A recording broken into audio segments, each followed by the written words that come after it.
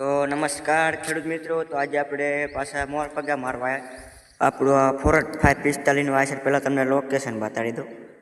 આપણો નદી છે અને નદીને પડખે આપણે મોર પગા મારવાનું જોઈ લો. અત્યારે અહીંયા સીંડું ખોલવાનું છે, હું તમને બતાડું. જો આગળ અત્યારે સીંડુને એવું ખોલવાનું કામ ચાલી રહ્યા છે, જોઈ લો. અને આપણે અહીંયા એ દીક્ષા દાણાવાળાનો રોડ જોઈ લો. અહીંયા દીક્ષા દાણાવાળાનો રોડ અને આપણે ફોરટ 545નું આસર. અને તો તમને થોડુંક ટોપલિંગમાં મિત્રો સમજાવી દઉં.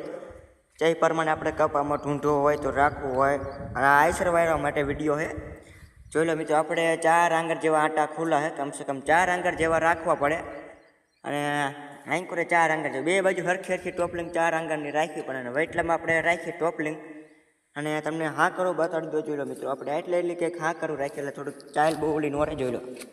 એટલી તો ચાલ હોવી ગયો, બહુ ચાલતી નહીં, બહુ ઓછી નહીં, એ પ્રમાણે. અને આપણું આઈસર છે ફોરટ 545નું આઈસર છે.